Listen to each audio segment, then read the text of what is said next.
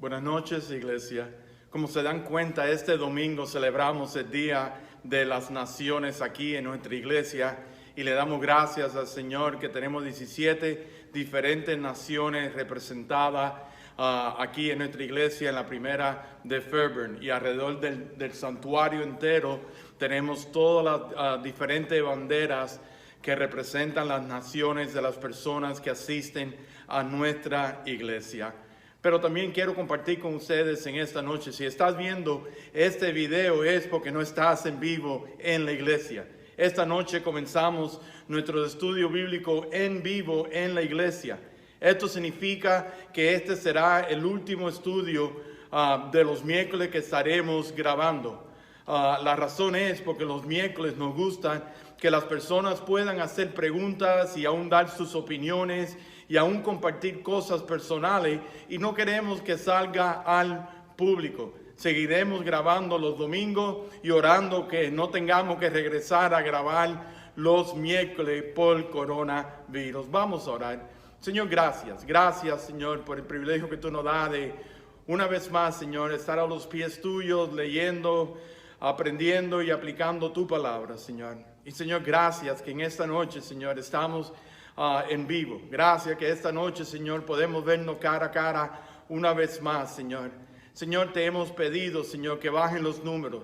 Y Señor, tú has oído esta oración, Señor. Ahora ayúdanos, Señor, a ser fiel a ti y regresar, Señor, donde podamos, Señor, compartir, donde podamos hacer preguntas, donde podamos dar nuestras opiniones, donde podamos, Señor, abrir nuestro corazón como lo hacíamos antes, Señor, donde podamos reírnos juntos, Señor, y llorar juntos.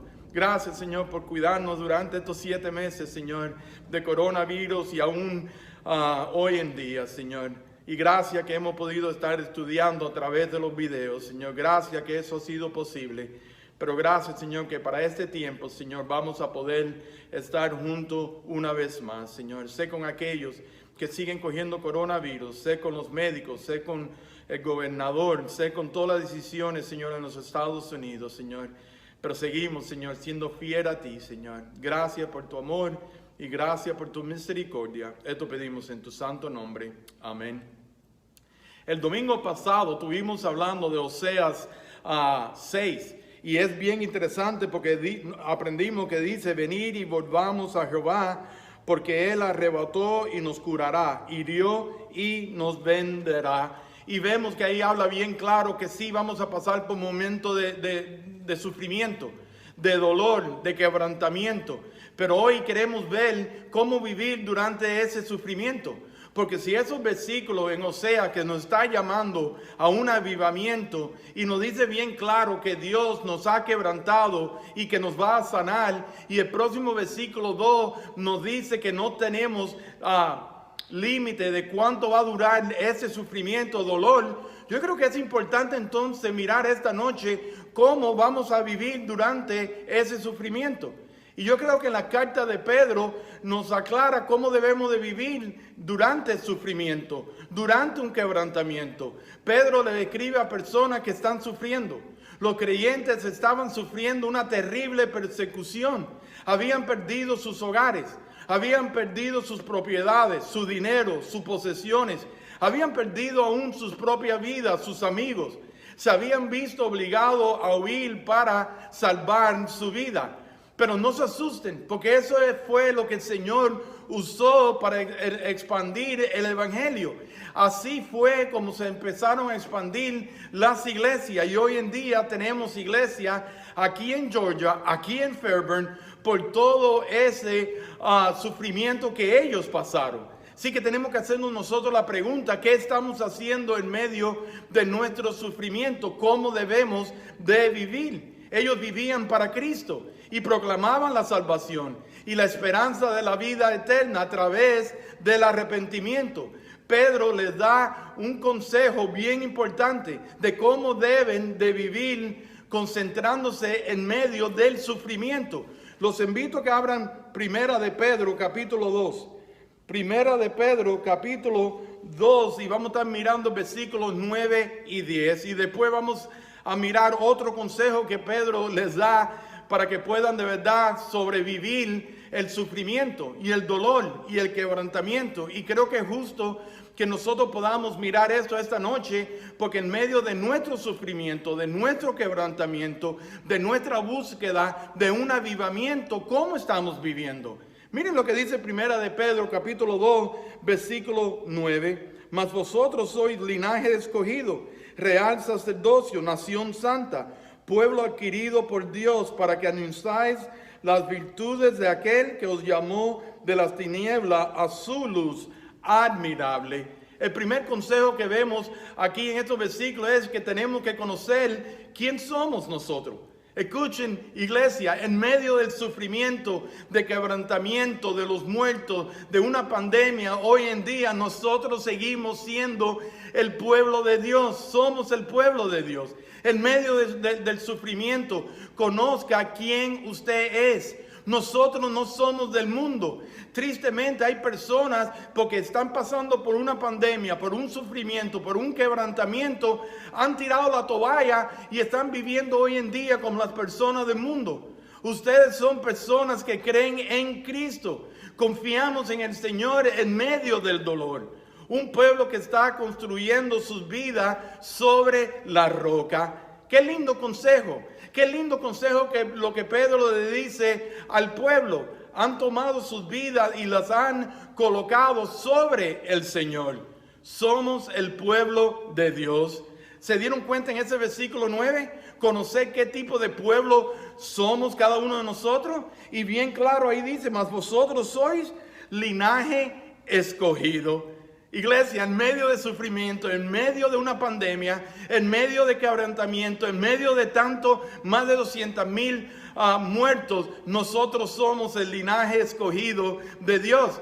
El Espíritu de Dios está cambiando interiormente a la gente, no exteriormente. Esto no significa, porque nosotros somos el pueblo de Dios, que tenemos que estar en la cultura judía, ni cambiarnos el nombre, ni empezar a hacer todas sus tradiciones. No, el Señor está cambiando nuestra vida en medio del sufrimiento, pero internamente. Nosotros exteriormente seguimos siendo mexicanos, seguimos siendo cubanos, seguimos siendo chinos. Dios está cambiando a la gente dentro de sus corazones.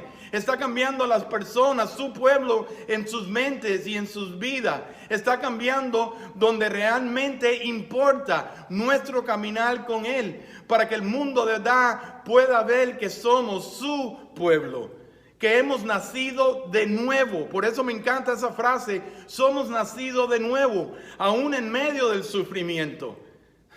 Él sigue renovando nuestra mente. Él está implantando su naturaleza divina dentro de su pueblo.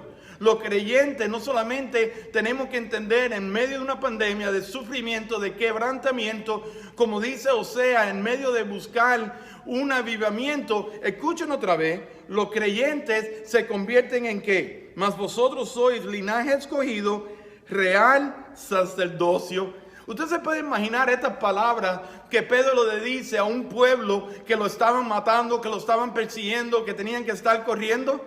Nos otorga libre acceso a su presencia por siempre. Por eso nos dice que somos real sacerdocio.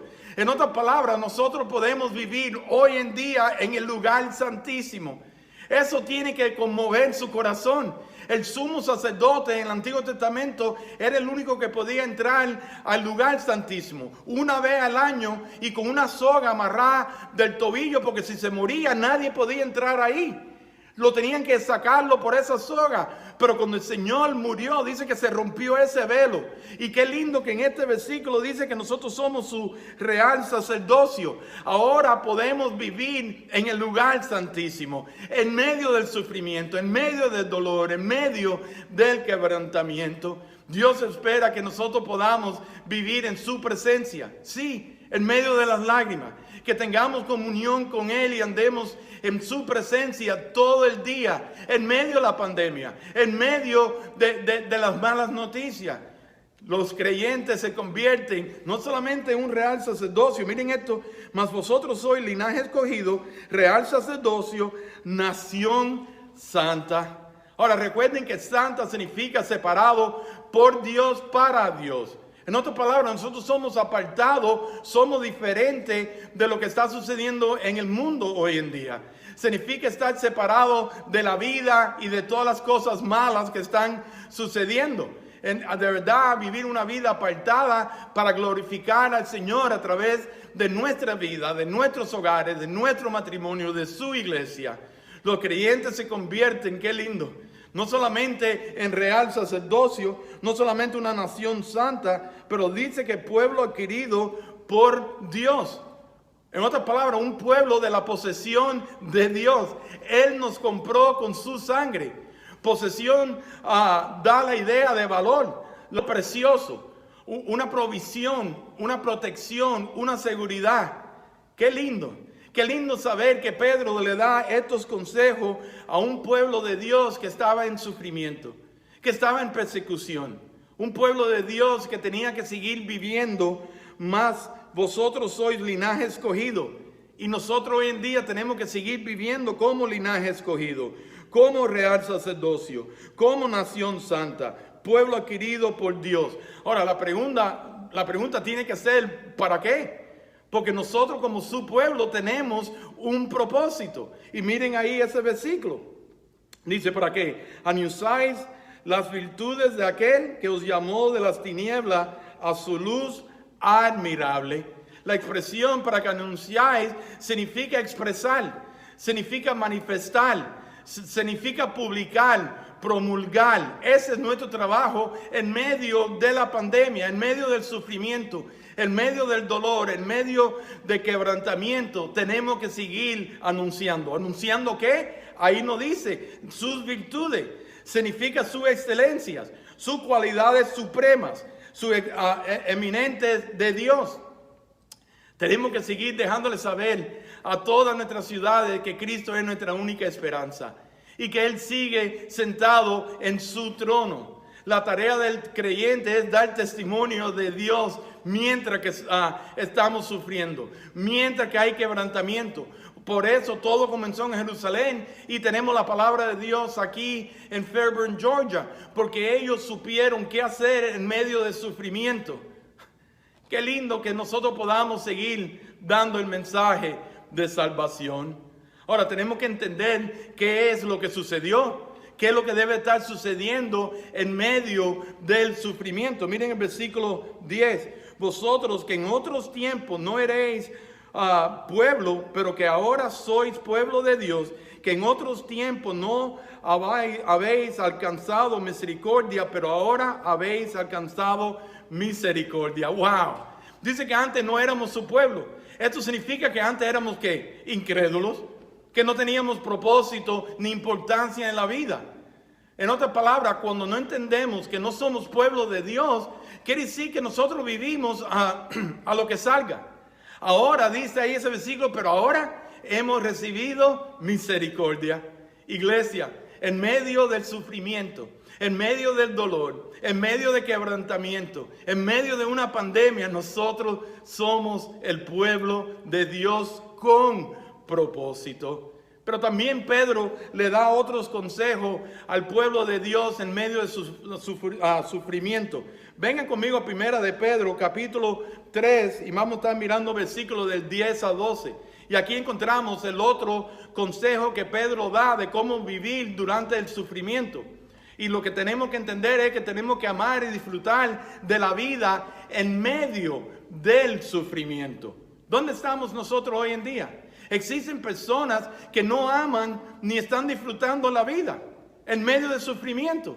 Simplemente estamos como Jonás. Ay, Señor, ¿por qué ya no me lleva? Ay, Señor, ¿por qué ya tú no vienes? Claro que queremos que el Señor venga, pero tenemos que disfrutar la vida mientras tanto. La vida se convierte en una rutina cuando de verdad no entendemos que el Señor nos ha llamado a vivir en medio del sufrimiento. Y simplemente entonces esperamos, nos sentamos a esperar la muerte. Yo creo que en estos versículos podemos encontrar 4 pasos para amar y disfrutar la vida. Escuchen, durante el sufrimiento. Miren el versículo 10, Primera de Pedro capítulo 3, versículo 10. Porque el que quiere amar la vida y ver días buenos, refrene su lengua del mal y sus labios no hablen engaño. ¿Se dan cuenta? Todavía sigue siendo la primera carta de Pedro a personas que están sufriendo y le está dando consejo. Pero es interesante que aquí dice, si de verdad quieres disfrutar, escuchen, el que quiere amar la vida y ver días buenos, refrene su lengua del mal y sus labios no hablen engaño. Ahí vemos el primer paso. Si queremos amar y disfrutar la vida, hay que poner freno y detener la lengua. ¿Cuántos problemas no comienzan la lengua? ¿Cuántas personas no han matado por estar hablando cosas que no deben estar diciendo, o empiezan a parar en el tráfico y empiezan a gritar malas palabras y le han dado un tiro? ¿Cuántas naciones no han ido a guerra por la lengua? Santiago, en el libro de Santiago, nos dice que la lengua puede comenzar un fuego. La lengua de tantas personas siempre están preparadas ¿para qué? Para reaccionar, para atacar, para defenderse, para ofender, para lastimar. Una lengua que no tiene freno y no está controlada, ni tiene disciplina, conoce muy poco de lo que es el amor y no disfruta la vida.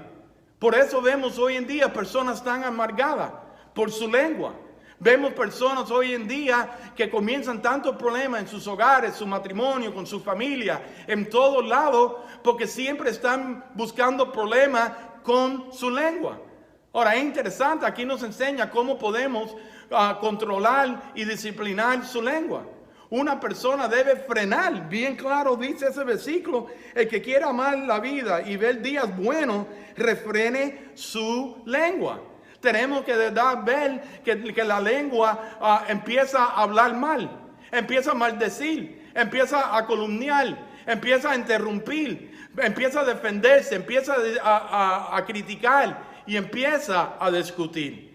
Creo que es bien clara la orden, el primer paso, si queremos de verdad disfrutar la vida en medio del sufrimiento, en medio del dolor, en medio del quebrantamiento, refrene su lengua. Es una orden. Él no dice, bueno, piénsalo, considéralo. Dice bien claro, refrene su lengua del mal y sus labios no hablen engaño. Una persona debe hacer que sus labios no hablen engaño, ni estén diciendo mentiras, ni estar traicionando a personas, ni andando en falsedad.